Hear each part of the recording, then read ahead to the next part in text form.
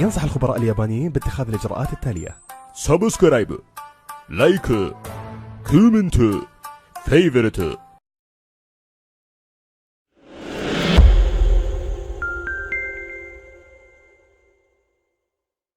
When you don't eat enough carbohydrates, you force your body to burn more fat.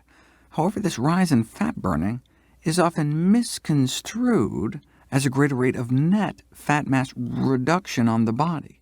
But that ignores the fact that on a ketogenic diet, your fat intake shoots up as well. The question is, what happens to your overall body fat balance? You can't empty a tub by widening the drain if you're cranking up the faucet at the same time. Low-carb advocates had a theory, though, the so-called carbohydrate insulin model of obesity. Proponents of low-carb diets, whether a ketogenic diet or more relaxed form of carbohydrate restriction, suggested that the decreased insulin secretion would lead to less fat storage, and so even if you were eating more fat, less of it would stick to your frame. So we'd be burning more and storing less, the perfect combination for fat loss, or so the theory went. To their credit, instead of just speculating about it, they decided to put it to the test.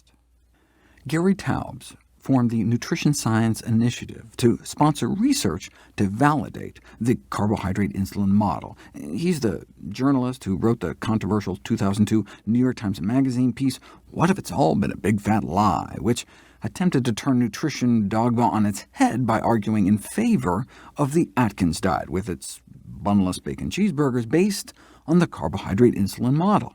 Much of Nina Teicholz's book, The Big Fat Surprise, is simply recycled from Taubes' earlier work. In response, some of the very researchers Taubes cited to support his thesis accused him of twisting their words. "The article was incredibly misleading," one said. "I was horrified." "He took this weird little idea and blew it up, and people believed him," said another. "What a disaster." It doesn't matter what people say, though. All that matters is the science. Taubes attracted $40 million in committed funding for his Nutrition Science Initiative to prove to the world you could lose more body fat on a ketogenic diet. They contracted noted NIH researcher Kevin Hall to perform the study. 17 overweight men were effectively locked in what's called a metabolic ward for 2 months to allow researchers total control over their diets. For the first month, they're placed on a typical high-carbohydrate diet, 50% carbohydrate, 35% fat, 15% protein. And then they were switched to a low-carb ketogenic diet, only 5% calories from carbohydrate, 80% fat, for the second month. Now, both diets had the same number of daily calories.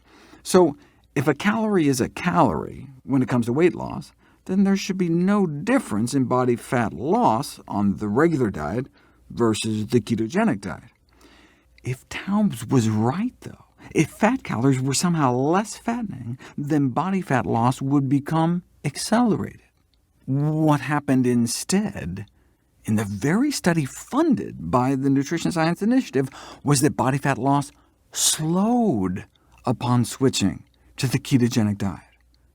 Wait, why do people think the keto diet works if it's actually slowing fat loss? Well, if you just looked at the readings on their bathroom scales, the ketogenic diet would seem like a smashing success. They went from losing less than a pound a week on the regular diet in the 2 weeks before they switched, to losing 3.5 pounds within 7 days after the switch to the ketogenic diet. But what was happening inside their bodies told a totally different story. Their rate of body fat loss was slowed by more than half. So most of what they were losing was just water weight. The reason they started burning less fat on a ketogenic diet was presumed to be because without the preferred fuel, carbohydrates, their body started burning more of its own protein. And that's exactly what happened. Switching to a ketogenic diet made them lose less fat mass and more fat-free mass. They lost more lean mass. That may help explain why the leg muscles of CrossFit trainees placed on a ketogenic diet may shrink as much as 8%. The vastus lateralis is your biggest quads muscle in your leg, shrunk in thickness by 8% on a ketogenic diet. Yes, the study subjects started burning more fat on the ketogenic diet, but they were also eating so much more fat on the keto diet that they ended up retaining more fat in their body despite the lower insulin levels.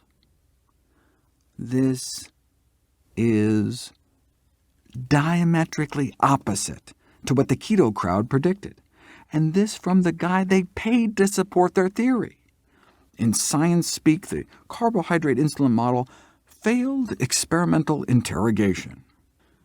In light of this experimental falsification of the low-carb theory, the Nutrition Science Initiative effectively collapsed. But based on their tax returns, not before Taubes and his co-founder personally pocketed millions of dollars in compensation.